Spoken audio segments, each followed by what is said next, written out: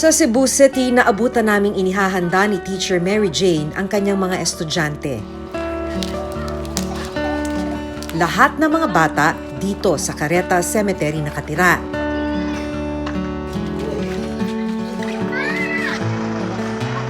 Kabilang sila sa higit 100 residenteng nakatira dito sa Himlayan.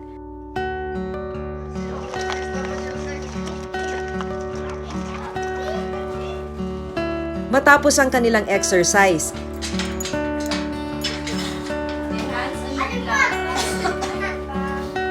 hindi sa isang silid-aralan, kundi sa isang musileo pumasok sina Teacher Mary Jane at ang mga estudyante niya.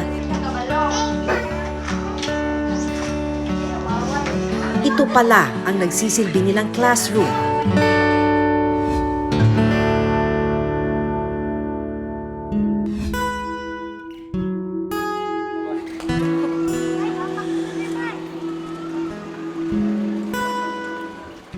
Dito sa Careta Public Cemetery, itong musileo na to yung pinwestuhan ng daycare center dahil pumayag daw yung may-ari na gamitin yung musileo. Dito nga lang, mas marami yung mga nakalibing sa loob ng musileo. Kung bibilangin, mahigit 10 yung nakahimlay dito sa loob ng musileo. Dahil umulan kagabi, putikan ang sahig ng kanilang daycare center. Kasi walang roof sa itaas. Opo. So pag umulan, tapos Napupunta dito po talaga tubig rito. Bakit dito pa rin yung pinipwestuhan na musileo?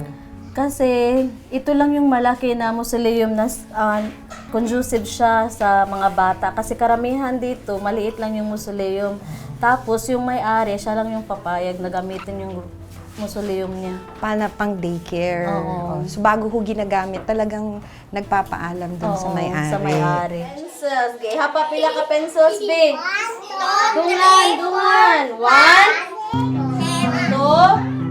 12 taon nang nagtuturo si Teacher Mary Jane sa daycare center ng sementeryo. Programa ito ng isang non-government organization o NGO mula Germany. Nasanay na raw siyang katabi sa pagtuturo ang mga labi ng mga yumao. Nag-isipan nila na magkaroon ng daycare inside the cemetery para sa mga bata na hindi na sila lumalabas sa iba, pumunta sa ibang school, magsakay pa sila ng jeep. Sa parents naman, easy na lang sa kanila kasi ang mga bata na lang ang pumunta dito, hindi na sila maghatid. Kasi malapit lang yung bahay nila. Hindi ba weird, ma'am, na nasa loob ng sementeryo, may nicho po dito sa loob ng classroom nyo? Very weird talaga sa part ko. Pag start ko lang, hindi talaga maiwasan na matakot. Talaga? Nung mga unang araw mo? Oo, nung unang araw, habang naglalakad ako, patingin-tingin ako sa mga katabi. Kasi yung mga dinadaanan ko ay puro nicho. Na-challenge ako nung nakita ko yung mga bata, hindi sila takot. Kasi alam ko na dito sila nakatira. Kabilang ang magkapatid na Chelsea, 5 taong gulang, at Althea, 3 taong gulang, sa mga tinuturuan ni Teacher Mary Jane. Para sa kanilang nanay na si Annalyn Racho, malaking tulong ang pagkakaroon ng klase sa loob mismo ng sementeryo kung saan sila nakatira. Bakit pinapapunta mo sila sa daycare? Para matuto silang mag-aral bago sila mag-grade 1 para may matutunan na sila dito. Malaki kasing tulong si Ma'am Jane sa amin dito. Dahil hindi na namin kailangan pumunta ng ibang barangay namin. Dito kasi paliguan ko lang sila, palitan ng damit. Sila na lang pumupunta dito. Lakad na sila. Napamahal na rin daw si Teacher Mary Jane sa mga bata, kaya kahit may oportunidad sa ibang mga paaralan, hindi raw niya magawang iwanan ang daycare sa sementeryo. Dito na lang muna ako kasi sabi ng mga parents, Ma'am, huwag mo kaming iwan kasi may mga anak pa kami. May kasunod. May kasunod pa. Hindi mo maiwan. Hindi ko talaga sila maiwan. Noon, wala pang daycare. Karamihan sa mga bata ay naglalaro lang sa labas. Tapos makita nila yung mga matatanda na magsusugal. May advantage ba yan pagka halimbawang tumungtong sila sa grade 1 or grade 2? Oh, may advantage talaga, ma'am, kasi pag pumunta na sila ng grade school, hindi na sila ma-discourage at komportable na sila na pumunta ng ibang school at marunong na silang sumulat, marunong na silang bumasa.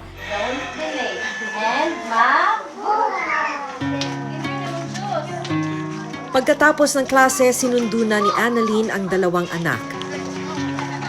Chelsea.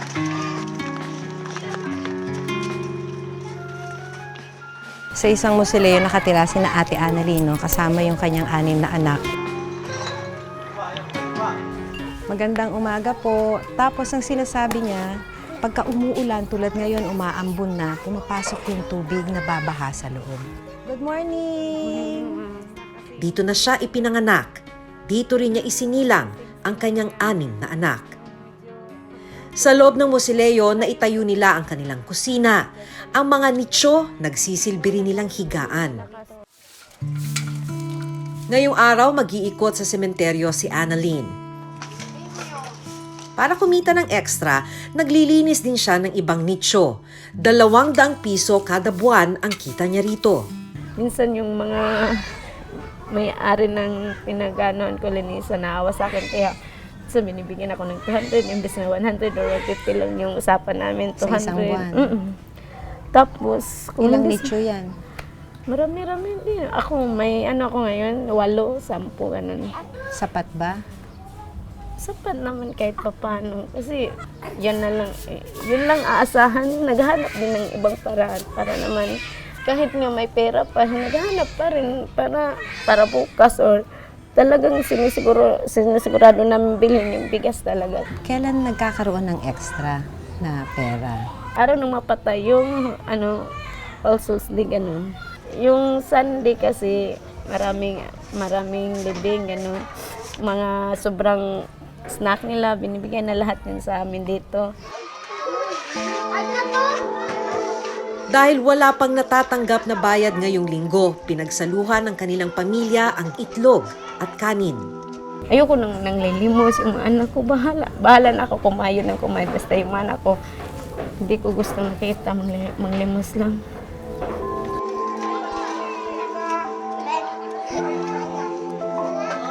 Naawa ka sa kanila sa Oh, ngayon? syempre. Bakit? Hindi naman itong buhay na gusto ko sa kanila. Gusto nila ng mga gamit ng ganito, ganyan, pero hindi namin mabili. Tapos yung mga pagkain na gusto nila, hindi namin mabigay. Pangarap niya para sa mga anak, makapagtapos sila ng pag-aaral. Kahit gaano ka pa kahirap sa buhay, pag may pinag-aralan ka, tapos yung anak mo, kung sa tingin mo may talent or masipag, angat at angat talaga yun. Kasi pag-aaral lang kasi yung yung parang puhunan mo sa buhay. Pagdating ng panahon, ito lang yung mga anak natin, yung pag-asa natin, pag-aaralin talaga natin kahit sobrang hirap. Kung papipiliin lang daw si Annalyn, ayaw na niyang lumaki sa sementeryo ang mga anak. Yung talagang may bahay na teterahan. Kasi mahirap dito sa sementeryo, lalo na pag kagaya nito, pag naibenta nito, kung ayaw ng may-ari na tumira kami dito, maghahanap na naman kami ng ibang matitirahan. Naririnig ko na usap-usapan nila, nangangarap sila na paglaki ko, ganito ako ganito ako kasi gusto ko ng malaking bahay, ganun. Parang natutuwa ako kasi maliliit pa sila. Nangangarap na sila. Parang siguro nakikita nila yung sitwasyon ganun.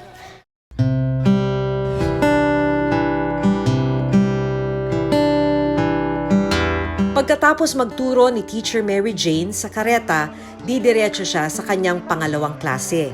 Dito naman sa Chinese Cemetery sa Cebu City. Malalaking musileo ang mga nakatayo dito sa Cebu City Chinese Cemetery.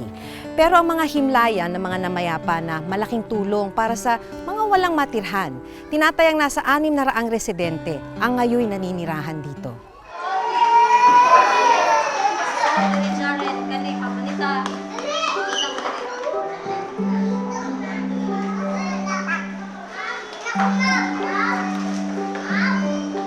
Kabilang sa mga tinuturuan dito ni Teacher Mary Jane si John Ray, 4 na taong gulang. Noong araw na yon, sinabayan kong umuwi mula sa klase sina John Ray. Sinundo siya ng kanyang nanay na si Dorena. Malaking tulong ba? Opo, ma'am. Kasi malapit lang po. Kung wala to, Hindi po siya makapag-aral. bakit? Malayo po yung ibang eskwelahan po. Malayo kasi, no? Opo. Ano na yung napansin mong sa kanya? Yung pagbabago simula nung... Marunong na siyang sumulat. Yung Ngayon? Mag-ABCD, ganyan. Oh! Nasasabi na niya Oo, ABCD. oo. Hanggang Z. Hanggang Z.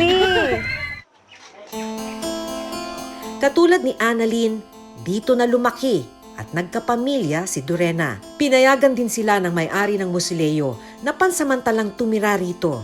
Kung may anak ka, tapos dito ka nakatira sa sementeryo, anong pakiramdam? Parang mabigat na dito po siya lumaki sa sementeryo. Ganyan. Dahil, Pagdilat ng mata niya, sementeryo yung tinitira nakikita niya. Opo. Bakit gusto mong makatira sa ibang lugar? Para peaceful, ma'am. Kasi dito, bang may mga snatcher, ganoon. Maraming dumaan dito ng mga pulis, ganoon. Pero hindi. Loob ng isang musuleo sa Tugatog Cemetery sa Malabon City, nakilala namin ang pamilya ni Mang Noel. Mahigit 10 taon na silang nakatira sa loob ng sementeryo.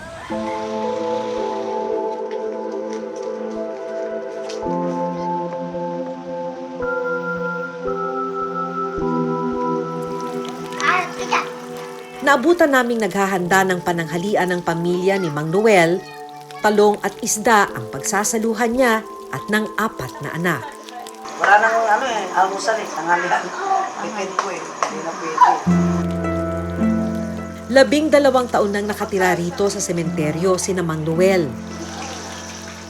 Nasunugan po kami ng bahay po. Tapos naghanap po ko ng matiran. May nagsabi sa akin na sidecar boy na pagtanungan ko na pwedeng tumira dito daw sa loob ng sementeryo. Kausapin ko lang daw yung katiwala. Hanggang sa nagkulot ako ng mga plastic, tarapal na pagtabing-tabing ko lang. Tapos kahoy, ganun, nabuo kong ganun siya. Para pag naubos, kukuha ulit pagkakulang. Kasi parang Ang anak niyang si Ronaldine, 16 na taong gulang, ramdam ang hirap ng pagtira sa sementeryo. Madumi rin naman po rin, hindi naman po natin masasabing malinis yun kasi po may halikabok. Tapos yung singaw po ng patay, nityo po yung inigaan po namin. Yun po, nagkakasakit po kami. Minsan inuubo po kami lahat dahil nga po sa lamig. Tsaka minsan pag malakas po yung ulan, nababasa po kami doon, nakaupo lang po kami matulog. Ang nilutong pananghalian, kailangan nilang tipirin. Kailangan kasi nilang dalhan ng pagkain ang kanyang asawa.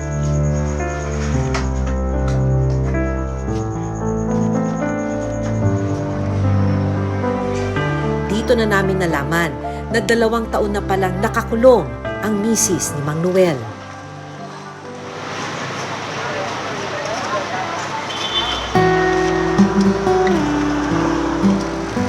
₱100 kada araw ang kinikita ni Mang Noel sa pagpapadyak, kulang na kulang raw para sa pang-araw-araw nilang gastusin.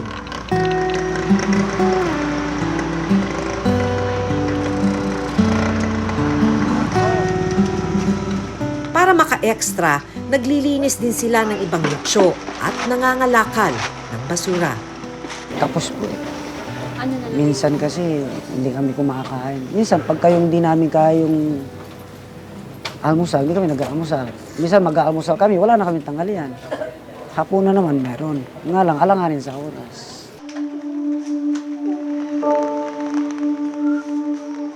Dahil sa hirap ng buhay, wala sa 4 na anak ni Mang Noel ang nakakapag-aral. Gusto ko po may sarili po kaming bahay, maalis po kami sa ganito, makapag-aral din po kami para po may kinabukasan po kami. Simple lang po yung pangarap ko. Maging teacher po ako, tapos matulungan ko po yung mga taong nangangailangan din po. Kung sakaling umangat-angat po ako, maabutan ko po sila. Tapos may ayos po yung pamilya ko. Pagsapit ng gabi, kanya-kanyang hanap ng pwesto sa mga nicho sina Ronalyn. Nangangamba rin siya para sa kanilang seguridad. Hindi naman po ako natatakot sa multo, natatakot po ako baka po may manakit sa amin na ibang tao po, lalo na po maliliit pa po yung kapatid ko. Pag natutulog ka po kasi sa gabi, minsan po may mambabato na bote. Kaya hindi ko po masasabi na kung ano yung mangyayari sa amin dito kasi hindi naman po namin hawak isip ng mga tao, di ba po? Kaya di po namin alam kung ano mangyayari sa amin. Ang mga nakatira sa mga sementeryo ay maituturing na mga informal settler. Sa buong bansa, tinatayang nasa 2.2 milyon na pamilya ang maituturing na informal settler families o ISF. May mandato ang National Housing Authority o NHA na magbigay ng murang pabahay para sa mga ISF. Pero sa ngayon, inuuna raw nilang i-relocate ang mga ISF na nakatira sa mga lupa kung saan itinatayo ang mga proyekto ng gobyerno. Prioridad din daw ang mga naapektuhan ng kalamidad. Merong programa ng NHA ng Resettlement Assistance Program for Local Government Units. Doon sa mga 5th to 6th class cities and provinces ay sila ay binibigyan ng grant. Now for 1st to 4th class cities and provinces outside Metro Manila, may nilalaan kaming 50 million per LGU.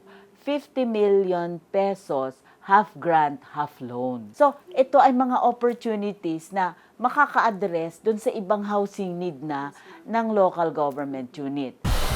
Kung pagbabasihan ang Republic Act 7279 o ang Urban Development and Housing Act, ang mga nakatira sa loob ng mga sementeryo ay hindi maituturing na nasa danger zone, hindi gaya ng mga nakatira sa mga gilid ng estero at waterways. Pero ayon sa NHA, kailangang gumawa ng paraan ang nakasasakop na local government unit o LGU para mabigyan din ng disenteng pabahay ang mga nasa sementeryo. Kulang na kulang rin daw kasi ang pondo ng NHA para sa mga kinakailangang pabahay. Kinuna namin ng pahayag ang Malabon LGU tungkol sa plano nila sa mga nakatira sa Tugatog Cemetery. Yung aming shelter plan has been adopted by the Sangguniang Panlungsod. So, meron na tayong plan for them. Actually, sila yung target talaga natin to be given a housing unit. At least affordable, decent, and safe housing units. Sinubukan din naming hinga ng panig ang Cebu City LGU, pero hindi pa rin sila sumasagot sa aming tawag at sulat hanggang sa ngayon. Ang mga LGUs, taon-taon nagkakaroon sila ng plano. Meron silang tinatawag ng pagka big time ang lungsod, meron silang 3 to 5 years development plan. Kapag maliit ang lungsod, meron silang 3 years plan, hindi lang 1 year yon. Dapat yon, isama nila yon sa kanilang 3 or to 5 years plan yung usapin ng informal settlers, housing, relocation, whether in city or off city. Kung saan pumupunta at sumisiksik ang ilan nating kababayan para makahanap ng masisilungan. Pero sa totoo lang, gaya ng nauna naming nabisita, may ilang pabahay sa iba't ibang panig ng bansa na walang nakatira at hindi na karapatan ng sinuman na magkaroon ng disente at maayos na pabahay. Ang mga kagaya ni na Annalyn at Ronalyn, umaasang balang araw, makaalis sila sa himlayan ng mga patay at may matawag silang tunay na tahanan. Sabi ko, hindi naman ito yung pinangarap ko para sa kanila, sa mga anak ko. Hirap na po kasi kami dito. Marami pong nangangailangan ng tulong nila. Sana mabigyan po kami ng bahay. Marami pa pong mahirap dito na mas masakla pa po sa akin nalalagyan namin. Ako si Jun Veneracion. Ako si Maki Pulido at ito ang nakatala sa aming Reporter's Notebook.